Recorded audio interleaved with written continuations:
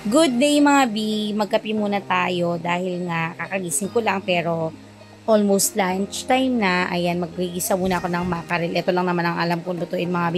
Pasensyahan nyo na. Sa kabisihan ko talaga sa mga kung ano-anong negosyo, talaga naman hindi na ako natuto magluto. Anyway, ayan, magigisa muna ako ng sibuyas para makapagluto na ako ng mackerel. Tapos nabuksan ko na nga pala itong lata ng mackerel. So, ready for gisa na. Tapos, pagtas ko kumain mga bi, umakyat muna nga pala ako. Kasi bago ako maligo at pumunta sa opisina, kailangan ko muna ang pagpatuloy yung mga ginawa ko kagabi. Bago nga pala ako matulog mga bi, nagre-research muna talaga ako.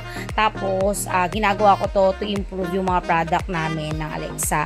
And mag-isip-isip ng mga bagay na kailangan pang idagdag para dun sa mga products sa ating mga laundry cleaning. So, yon. Tapos nga pala mga bi, kinukompute ko muna dito yung mga dapat i-compute. Ha ha ha. Anyways, ayun. Hindi kasi kailangan ko rin magpasa ng mga acknowledgement receipt ng mga kliyente na nag-reserve sa amin. So, ayun. Kasi may mga humahabol sa amin for reservation kasi may mga promos kaming nilapag sa ating mga kliyente. Alam niyo naman maraming nagpapaset up sa atin dahil maraming interesado rin na mag-put up ng laundry business. Mga pala mga sa mga interested ha na magtayo ng laundry business, sana ay kami na ang piliin ninyong maging partner ninyo or mag-set up ng inyong mga laundry business. Ayun na nga mga B. So, ayan, ganyan-ganyan muna ako dito sa kwarto, pakit ng konti. Tapos, liligo na nga pala ako mga B. Tapos, pagtapos ko maligo, kailangan ko nang pumunta sa office. Pero iwan ko muna dito yung mga bagets kasi si Joseph may kailangan siyang pick upin. So, samahan muna natin siya mag-pick up. So, eto na nga mga B, pick up muna kami bago kami pumunta sa office. Ganyan kami, may free pick up delivery kami sa mga laundry business. Tapos, ayun na nga. Ito nga pala si Joseph, napakasipag nito. Naka-assign siya doon sa isang laundry shop namin. Napakasipag ng batang to talaga.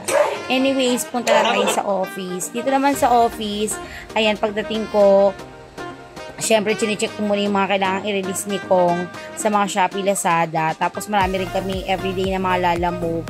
Ayan. So, yung mga gusto order ng mga Lexus product sa mga malapit dito sa Imus, Cavite, pwede po kayo magpaalala mo para mas mura. Or mag-walk-in na rin kayo mga bi para ma-try nyo yung iba't ibang scent natin.